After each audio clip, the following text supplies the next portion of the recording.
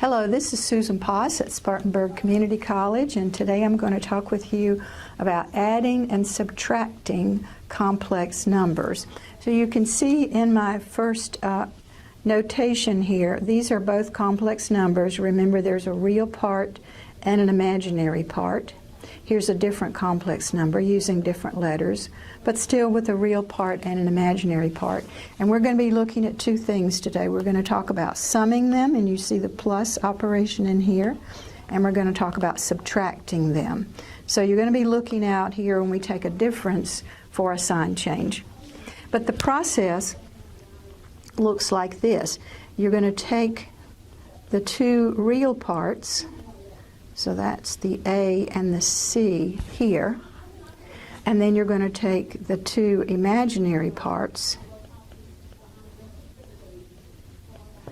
which are the B and the D, and we're still going to have two components. There's going to be a real component and an imaginary component, and you see the letter I appearing in that second piece of that complex number. When you're doing subtraction, the only thing you've got to watch out for is, of course, just as with any other subtraction operation in an algebra class, is you've got to make sure that you make sign changes. So you'll note here that the subtraction minus affected the sign of the real part and also affected the sign of the imaginary part. So again, once I get it into addition form, I'll be combining the two real parts, which is the A combined with the negative C, and then for the second part I'll be combining the two imaginary parts, followed by the letter I. So I thought we'd work several examples together. We'll do some easy ones, and then we'll do some that are not quite so easy.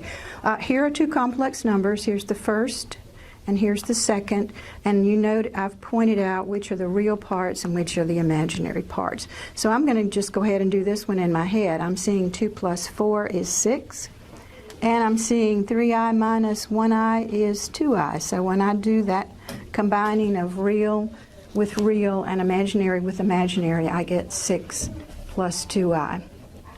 On the second one, I've got several real parts here, a -5, a -8, and a -3. So you see me just kind of going through here, combining those real parts, and then out here on the end is the imaginary part. It does not combine with anything else. So here's one that's a subtraction one. So now I have to be extra careful because I've got to watch for sign changes here.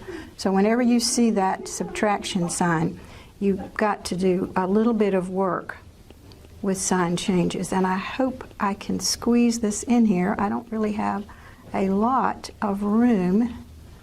There we go. So notice the sign changes now. The subtraction has turned into addition. These are reversed in sign, and I'm ready to add, because this is now an addition sign.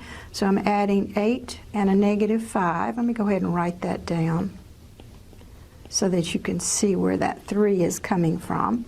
And then on the two imaginary parts, I'm adding a -I square root of 7 to a -2i. And the way you handle this is you basically look at this as two terms, and you factor out the I and leave the two numeric parts inside parentheses.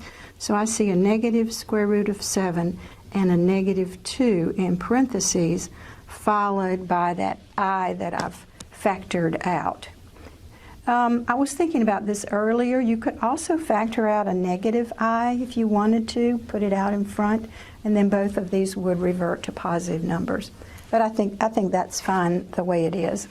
Let me do this one over here on the right, which is a little bit easier, and then I'm going to save this one with the square root of -1 and the square root of -9 for the last one. And continuing on this one that we see here, we have three complex numbers, and I see a subtraction operation here. Let me highlight it in red to call it to your attention. So I need to make some sign changes before I go any further. The first complex number remains as it is. The second one, I need to do some sign reversing. And the third one, because this is addition, remains as it is. So remember, we're picking up the real parts and we're adding those together. So let me go ahead and write that down. I'm going to have a -7, a -2, and a -3 in my real parts. And then I'm going to pick up the 4, the -1, and the +8 for the 3 imaginary parts. And then simplifying this, I think I see a -12 here, and I think I see an 11i. I hope I didn't make any arithmetic errors. But you get the idea. We make the sign changes first, and then pick up the real parts and combine those, and then pick up the imaginary parts and combine those. So let me do this one that I think is the hardest one. I saved it until last, and I've highlighted the square root of -1 and the square root of -9. You first need to write those in I form.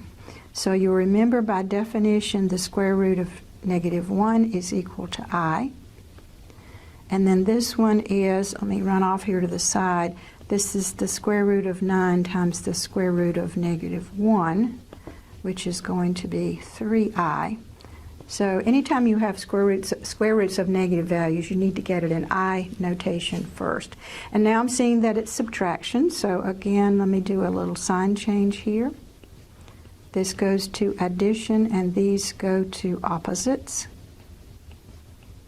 And finally, adding real part to real part and imaginary part to imaginary part, we have a complex number in real followed by imaginary form. And I think that's a good place to stop with adding, subtracting complex numbers.